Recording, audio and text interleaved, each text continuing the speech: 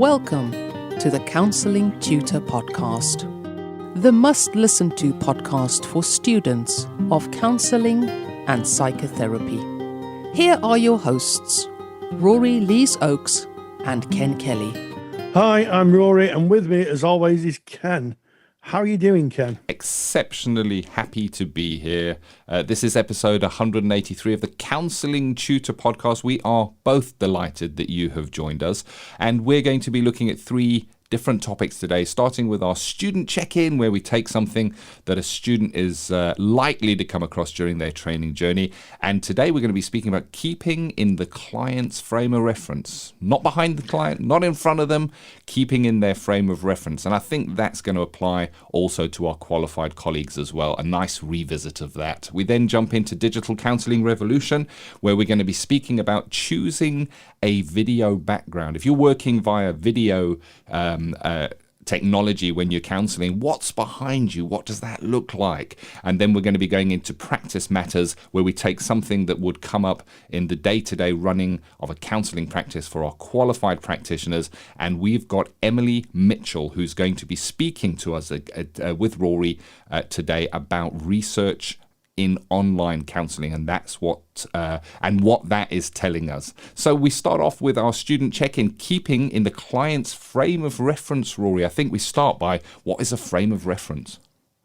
Well, a frame of reference is how we view the world. So one of the things I would do when I used to be training counsellors many years ago is get two of the students to look out of a window, and I would say to them, out of the window of the classroom, and I'd say, just on your own, just make notes of what you can see, and then I'd sit them down and I'd say, what do you see? And usually what would happen is the two of them would see different things. They're looking out of the same window, yes, but they're seeing different things.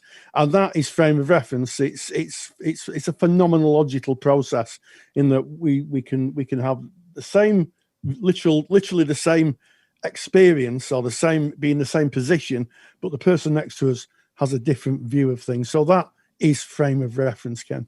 Yeah, nice one. So being in the client's frame of reference, I guess, is taking that one step further. So what we learn in counselling is that we want to kind of not have our frame of reference contaminate the counselling timeline. So if a client is bringing some information, if we're relating to how that affected us in our experience in our life, that's kind of our frame of reference. And I guess it's about being in that client's frame of reference, Rory. And how do we do that? Well, I think it's an interesting question, Ken, and it's one that has come up in our Facebook page. And if you're not a member of our Facebook page, go to Facebook, type in Counselling Tutor. You'll see us. We are a closed group, but knock on the door. Of course, we're going to let you in, and you can join thousands and thousands of like-minded people in the world of counselling and psychotherapy. We've got students, we've got qualified colleagues, supervisors. We've also got tutors. So come on in. We want to see you, and you can come and join a really exciting party. And to answer your question, Ken, how do we go into this, stay in the client's frame of reference, or if you're working with a peer in skills, there are some useful applications of skills, and I think the first skill that we use is silence. We allow the client or the person we're listening to speak. And I think a very good rule is the one of Marcus Aurelius: we have two ears and one mouth, so we can listen twice as much as we speak. So the first thing is listening, making sure that you're hearing and that you're not putting over your opinion, you're hearing them. So that's the first rule, Ken. I like that. And silence, I know from being a tutor and having maybe new students who are kind of just learning the counselling skills, silence can feel uncomfortable at first. Almost feels like it needs to be filled. And I think what you're saying, Rory, is being silent as the counsellor and engaging in active listening. So you would be using the skill of silence, not looking for any pause or break in what the client may be bringing to fill it with what your thoughts are on what they've said, but you would just be allowing that space, allowing the client, I guess, to move at their own pace and set the pace of the interaction with you. And I guess when we're listening to that, we listen empathically. And what do we mean by empathically? is we try to see what the client is bringing from their frame of reference. We're back at that frame of reference. How is that client seeing that and experiencing that, as opposed to how are we hearing that material and interpreting it ourselves? So there's the real skill. Within that silence, there is that thought, maybe not much is happening from the counselor during that silence, but it's like a duck. On the top, it looks all smooth, but underneath, it's the little legs are going because you're working really hard to be in that client's frame of reference, to understand it as they understand it, as they're telling it. Absolutely, Ken. And of course, the next skill to think about, or element within in the relationship, is how you use questions. Generally speaking, when you're working with anyone therapeutically, try only to use questions to clarify. This is particularly pertinent if you're working in a person-centered way, where you are just using questions just to clarify your understanding. So don't bombard clients with questions. Don't bombard them and ask one after the other, stack questions up. Is it like this, or does it feel like that? Only use questions just to clarify your understanding. So when people speak, they may talk about lots of things that are going on for them. I'm making reference to things only they'll know. We might say, he said this or she said that. And it might be useful to say, I've heard that you've said he and he. I just wonder who he is, so I understand. And that gives you a clarity, and you're better able to get closer to what the client is speaking about and their understanding. Yes. So we're basically taking curiosity out of asking. Think about when we ask a question generally outside of a therapeutic environment. We're asking a question because we're curious. We want to find out a little bit more or know a little bit deeper of something that is being brought. However, when we're using therapeutic questioning in this case, as we're explaining it now, when we're working within that client's frame of reference, we're using the skill of questioning only to clarify our understanding, to check that we are in the client's frame of reference. I love the example you used there, Rory. You might have a client who says, my brother and my father really drive me mad, and he gets really angry sometimes. Now, as the counselor hearing that, I'm going, he gets really angry. Is that the brother who gets angry? Or is that the father that gets angry? I'm no longer able to be in that client's frame of reference. And you're 100%, Rory. The question then, which is relevant, is when you say he, is that your brother or your father? And they will clarify it. And then you're back in their frame of reference. Oh, your brother gets really angry. Right, I'm now with you again. You might not say that out loud, but within the frame of reference, you're adjusting yourself back in, and you're using a question to clarify that you understand it correctly. And the client will correct you. They will bring you back within their frame of reference. I like this, Rory. What do we do next? The next thing to consider is being patient. And patience is a big kind of attribute of being a therapist or a therapist in training. It might be that clients take a long time to speak about what's really going on for them, and you have to listen patiently and diligently to them. And eventually, if you show patience, what will happen is they will be able to speak about everything that's going on for them. I think if you appear impatient, or you appear a little quick to try and get the information out, it might be that they start to shut down. So learning patience and realizing that sometimes you can tell what's going on for them before they actually speak to you about it. But it's not about mind reading or second guessing. It's about reflecting back what they are saying. So sometimes we have to be patient, and they will get to it in their own time. I think that's probably one of the toughest skills to learn, just to be patient and learn how to wait. Yeah, I agree with you. That silence, not saying anything, only clarifying your understanding, and then being infinitely patient with what that client is bringing. These are tricky skills, really, when you put them together. And that patience is really about being in the client's frame of reference. The client is going to bring the information that they feel safe to bring at the time that they feel safe to bring it. And there can be temptation, I guess, to pounce on or be like a freight train going dun, dun, dun, dun, to we've got to get to this pain, we've got to get to this thing, this is where the issue is, we're going to sort this out. Like you say, Rory, as the therapist, you may be seeing what's really going on for the person. They may even verbalize it. It's not unusual for a client to come into a first session and to bring out a lot of information in that first session. The client may well, I'm just using an example here, they may say, I'm in an abusive relationship. That might not come up again for many sessions. They might only revisit that in session 6.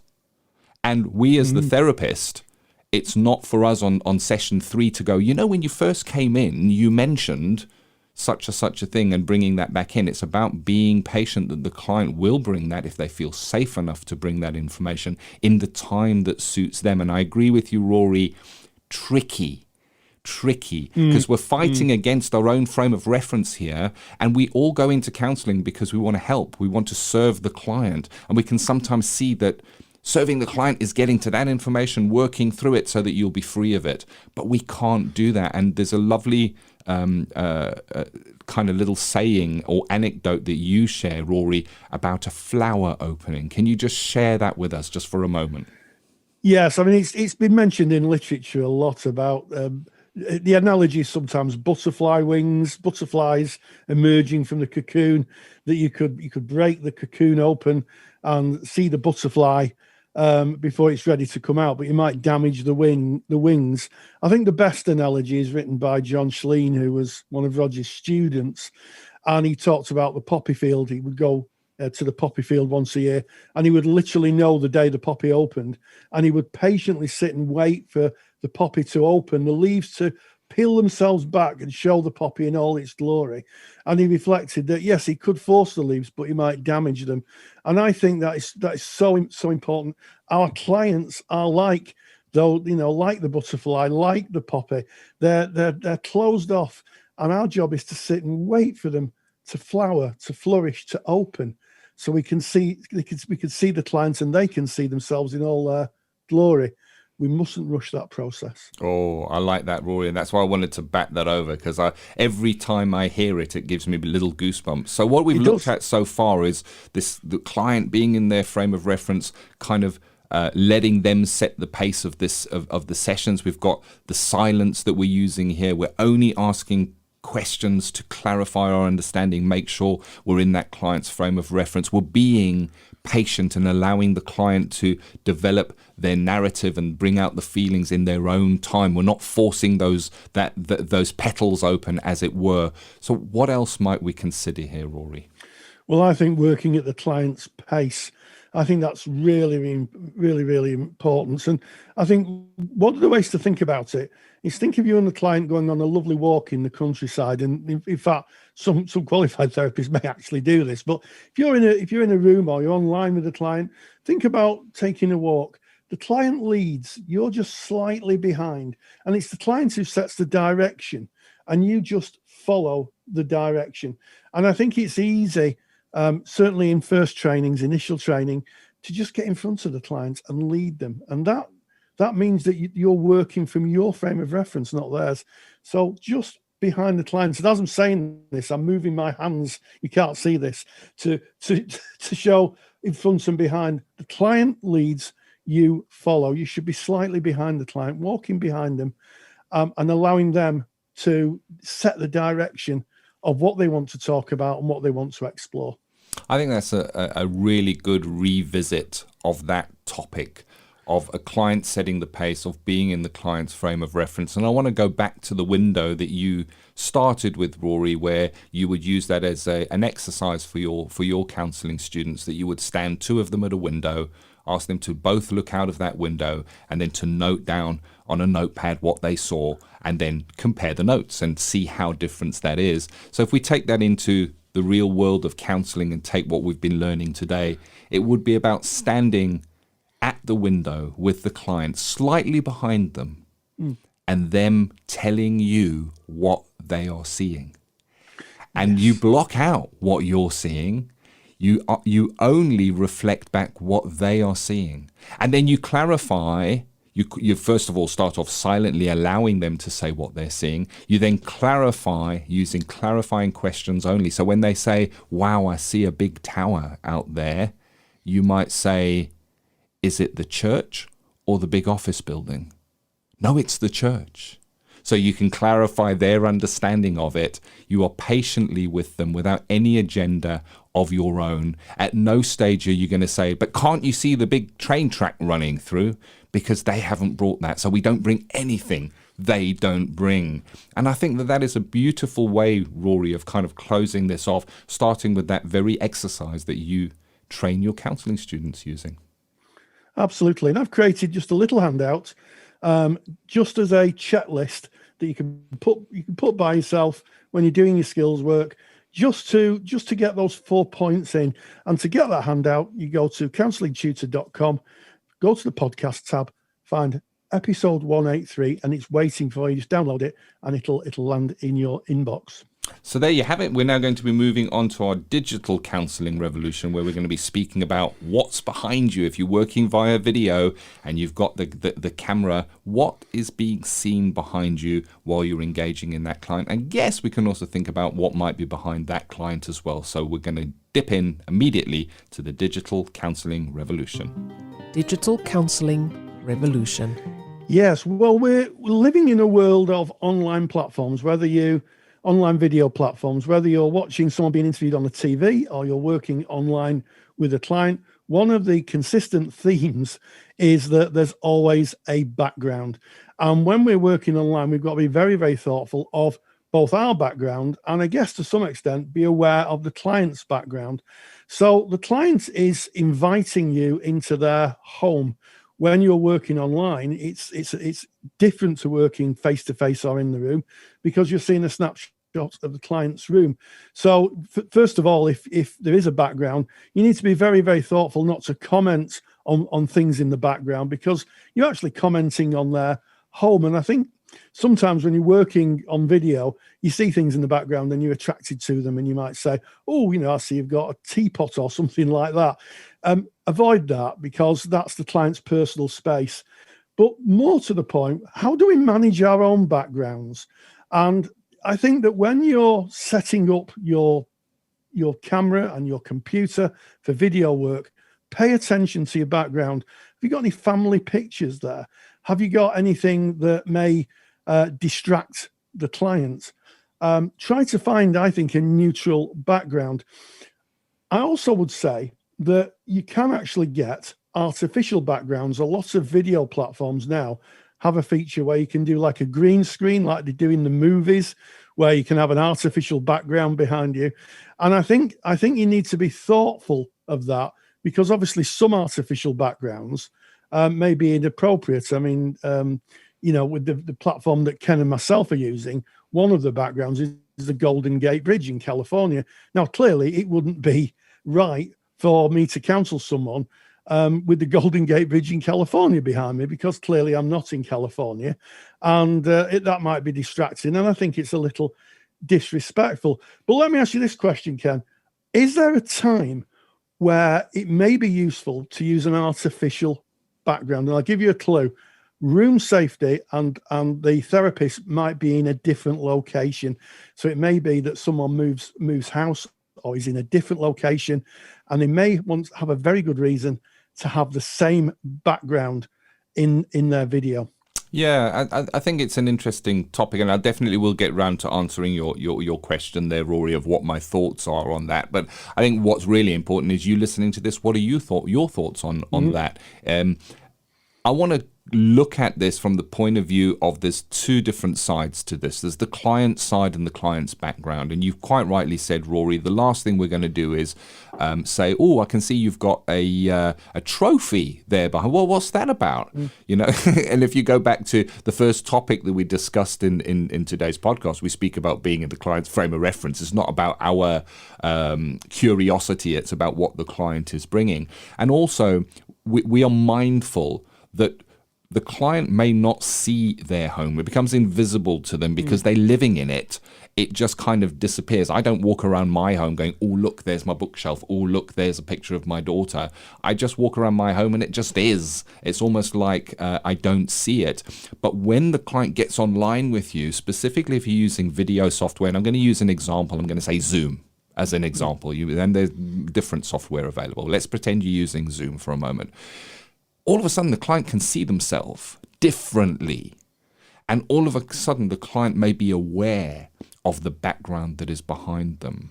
It may be their home. It may be that they feel their home may be judged because they may feel that it's not as tidy as they would like it to be. So all different things can potentially come up for the client when they see their background almost for the first time, because they're logging into the video software for the first time, and then suddenly you're there with the counselor as well.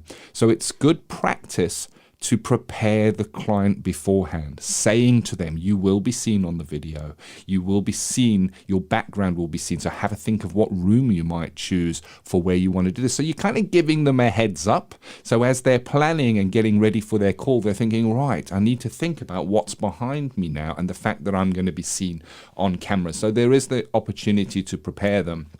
Then coming to yourself as the counselor, I think this is a fun subject.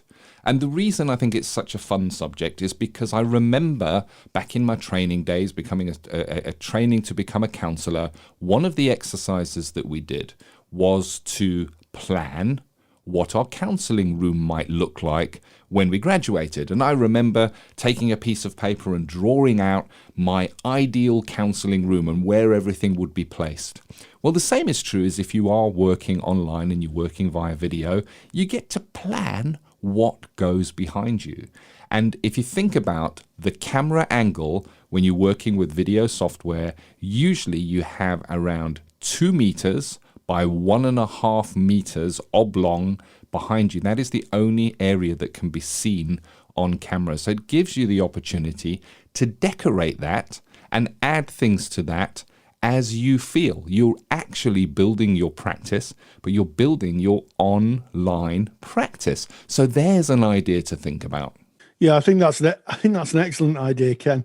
Going back to fundamentals, when we're students, and to some extent, and I don't want to be too incongruent about this. You're setting up a counselling room as your client would see it. And it might feel like you're setting up a film set. You're putting your background behind you, you're putting things into that would be like your therapy room. But this is in service of the client. Yeah.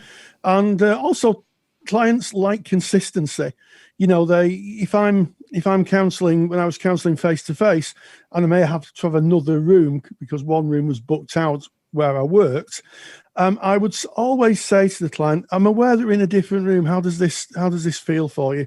Because, being in the same room is part of security, part of safety. And it's very respectful, I think, to have a room that I read in a book a few years ago, and I can't remember. So, please no emails in the mailbag, please. I can't remember where the quote was from, but it said the room must give permission for the client to cry, must give permission for those emotions to come out. And I think, paying attention to your background is just so essential therapeutically.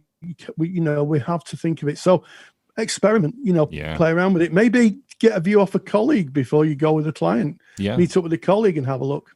Yeah, well, I know that on our course, we run a course called Online and Telephone Counselling. It's a certificate in online and telephone counselling through Counselling Tutor. If you're interested in that, go to counsellingtutor.com. The info's on the page. But a lot of the students on that course do exactly that. They meet up with their buddy of the course, they buddy up during the course and say, what do you think of my background? How should I move that? And get feedback on that. And it's like you say, Rory, it's like designing the view into your counselling practice that your client will see. So we do take time and we do take care. But you asked me a question, Rory, and I said I would answer it. And the question you asked was, do you think that it is appropriate to use a fake background or a superimposed background? So as Rory mentioned, you can use video software to kind of put a background in for you. You use the Golden Gate Bridge, Rory. And I guess it's about service of the client. So one of the things we look at when we're speaking about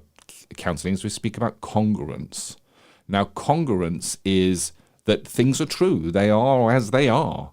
You know, in the example you used, Rory, of having to work with someone in a different room, I had the same happen to myself, specifically in placement, when we were moved from room to room from time to time.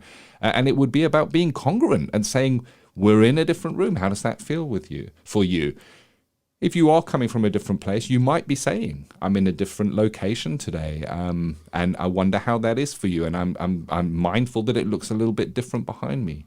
Or you might use a virtual background and say to the client in the very first session, I use a virtual background because it gives consistency, and I wonder if you're okay with that. So they know there's a virtual background, so they're not sitting there thinking, you know what, every time he moves his hand, there's like a funny blur there and it looks a bit pixelated. Because to be honest with you, these virtual backgrounds are a little hit and miss at the best of times. In terms of how well they work. Now, you can get virtual backgrounds that work really, really well, but it depends on the lighting that you're using and the quality of your camera and its ability to basically cut you out from the background. And then if you go a step further, you can actually use specialized screens. It's called chroma keying, which allows the software to do a better job of putting in a virtual background. But even with the best of chroma key backgrounds, think about the weather forecast. They usually have a chroma key background behind them, and that's broadcast quality. Every now and then you'll see a little green tinge on somebody's hair or a bit of their clothing that looks a little bit weird or pixelated or see-through. So it can be spotted. So if you are going to use a background, there's no reason why you shouldn't use a computer-generated background, but be congruent with the client. Maybe tell them that so that they know that you're working with a background. Yes, and also I would say practice with a buddy or a colleague with your background. There's a hilarious meme doing the rounds at the internet of an American senator who put a background up, and it was of a cat, and every time he spoke, the cat spoke his words. So if you are going to do that, absolutely make sure that the background you use is the background that the client will see, and be very thoughtful of it. And the reason I'm laughing is Ken has just put a background up on the video feed we're using, and he's sitting in a nice forest and he's waving his hands about ethereally with the aurora borealis in the background. But I actually can see part of his background. So backgrounds are your therapy room. I'll leave you with this parting thought. Backgrounds are your therapy room. You take care in your therapy room. You make sure that there's nothing that could be triggering for a client, nothing that could upset a client. Clients may even say to you, please don't put anything that's red or green or a color that may have a significant impact on them that could re-traumatize them. So be really, really thoughtful of your background and pay attention if your client sees something that's disconcerting or may cause them distress. Act on that, move the article out of the way. But yeah, you have to pay the same amount of attention in your virtual therapy room as you do in your face-to-face one. Indeed, like it. So that is our digital counselling revolution. We're now going to be moving on to Practice Matters, where we look at something that affects the day-to-day running of a practice, and nothing affects or influences practice more than research. And Rory will be speaking to Emily Mitchell about research in online counselling. Practice Matters. And we welcome Emily Mitchell, who's produced a fabulous lecture on research in counselling, and not only research in counselling, but in a specific area, which is online and telephone counselling. So welcome, Emily, and just tell us a little bit about you. Hi, Rory. I'm an integrative psychotherapist, so I'm based in Birmingham, London and Northern Cotswolds. So my approach really focuses on that relational, that in between, the dialogic. And it was fascinating to do some research last year about that online connection and how that relational aspect of the work translates through. It was something I didn't think would be so topical, but obviously as therapists we've been plunged into working online We could even say force because of COVID-19. So it suddenly became very topical. And I think it's certainly the research I've done, it's been fascinating. I wasn't expecting some of that, the depth of relationship really to come out in what I did. But it's been really interesting. So it sounds like you mentioned earlier the relationship, the dialogical part of the relationship. This was the basis of your research. What did you find about, say, if we use the term relational depth? What were the themes that came out of your research? Yeah, again, really interesting. So what popped out is that relational depth is there. And it can be translated through cyberspace. So that the themes that came up, and my research is qualitative, so it actually explored that subjective lived experience of 6 very experienced integrative psychotherapists. That was interesting as well. And the themes that came out were what was seen and what was hidden. I think that's really important. I think a lot of people home in on that, the difference, and they instantly compare to the traditional in-person therapy. So it's really good to explore that. Intimacy and distance, so again, polarities, but then come together. And interestingly, you can still achieve that relational depth, is what I found, even working miles apart. And in some cases, it can actually feel more intimate because of the way it works. It's like almost seeing it as a different genre. So my participants started talking more about these things. And what's interesting, Rory, is that when I actually did the research, people were just starting to work more online. And I think we know as well, it's almost the research hasn't been done. There's been skepticism about the forum. And I'd even go so far to even say a bit of shame. There's some people that didn't really talk about doing online therapy. I think because what would colleagues think, even what would clients think? So there's a level of shame in the air. So actually, even in the research process, talking to the therapist, it's amazing to hear them come out more and more and actually begin to think about these relational aspects and gain confidence even when they were talking. So yes, intimacy and distance is one. Just open to connect, how we connect online and our openness and our attitude. I think that's huge as a therapist. Like I said, if there's a bit of shame there, that's going to translate through our skill set. How do we do when things don't go to plan? It's not quite the same as being in control in our therapy space. Also similar but different worlds. Constantly it was being compared, which it will be, to the traditional face-to-face.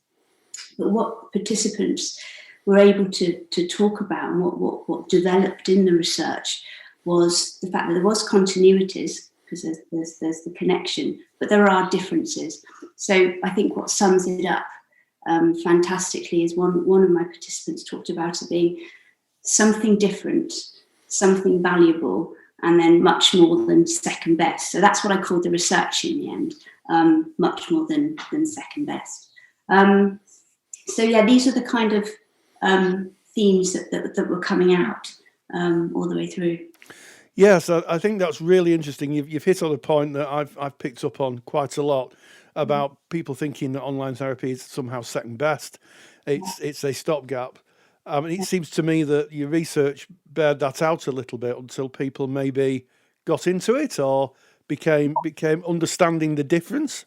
Yeah, I think so. It's again, it's looking at how it is different. It's not expecting it to be the same. If you're expecting it to be the same, then those expectations probably aren't going to be met.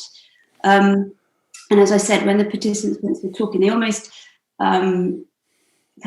left the interview thinking, gosh, this is quite exciting actually. I mean, what was happening has been terrible with COVID. But I think for therapists, it's been about trying to adapt, remain open, that hopefully we're good at, be reflexive throughout this process, and then be able to see the opportunities. For example, in the research, if we go back to the relationship now, the levels of depth were there. So, the participants talked about the transference being there, that counter-transference. Someone said, wow, I'm working with, I can feel their child right now, but they're 100 miles away. Yes. The reparative depth, the gaze that can be achieved online. One participant very articulately linked it to the mother's gaze or the lover's gaze, and how actually that can be created.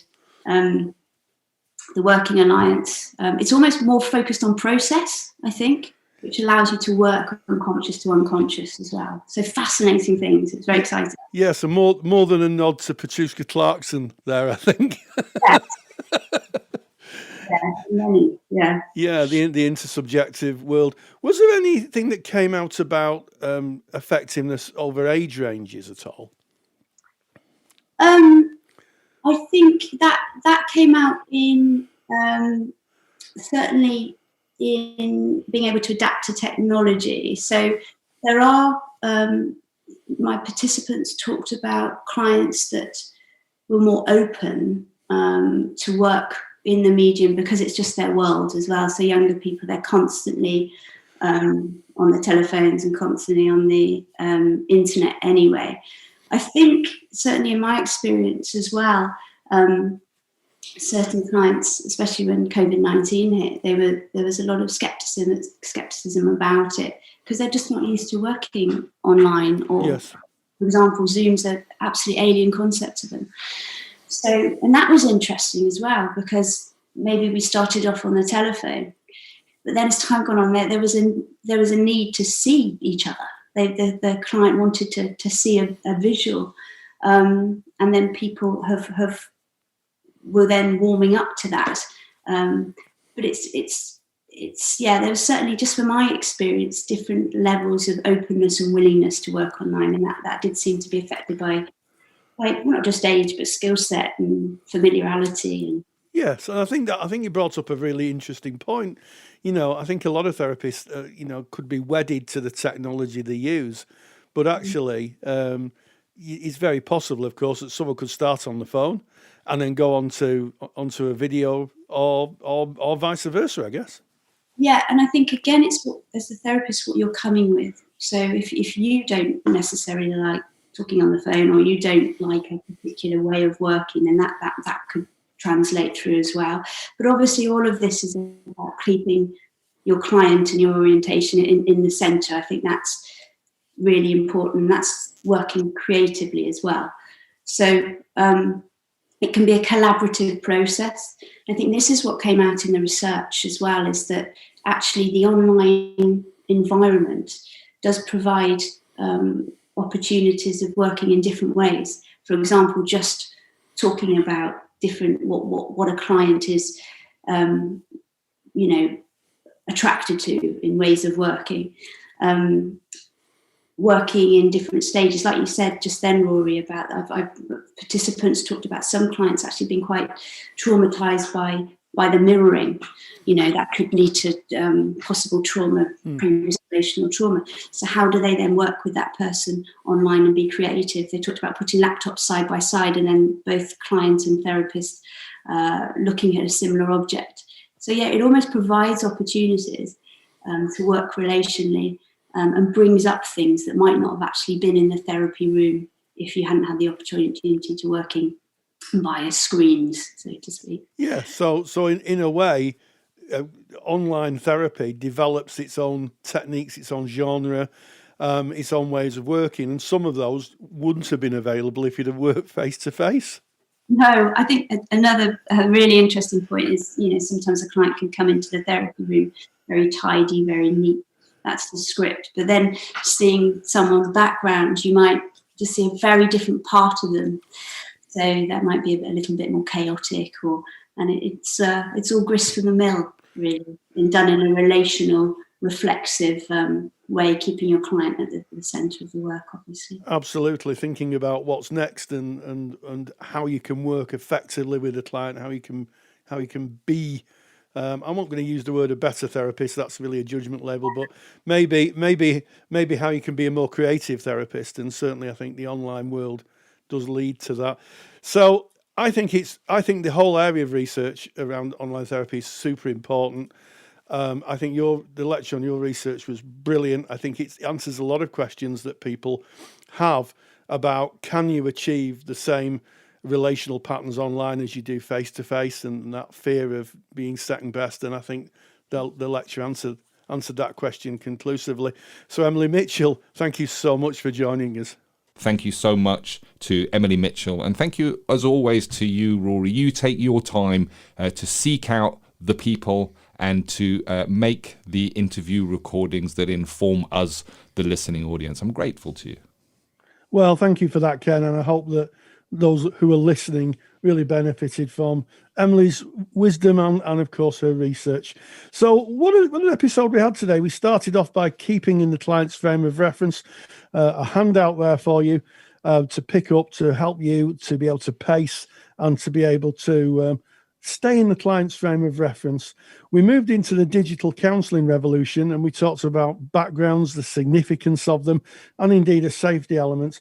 And then we finished, of course, with Emily Mitchell talking about research online research, a growing edge of research, and really, really important in this new world of counselling. So as always, stay grounded, stay safe, and hey, join the digital counselling revolution. Take the stress out of your counselling studies and get the support of Rory and I by joining us in the Counselling Study Resource. Counselling Study Resource, or CSR for short, is the world's most comprehensive assignment guidance and study support resource for students just like you of counselling and psychotherapy. See how Counselling Study Resource can help you. Visit counsellingtutor.com. That's counsellingtutor.com. Thank you for listening to the Counselling Tutor Podcast. Find the show notes for this episode on our website at www.counsellingtutor.com.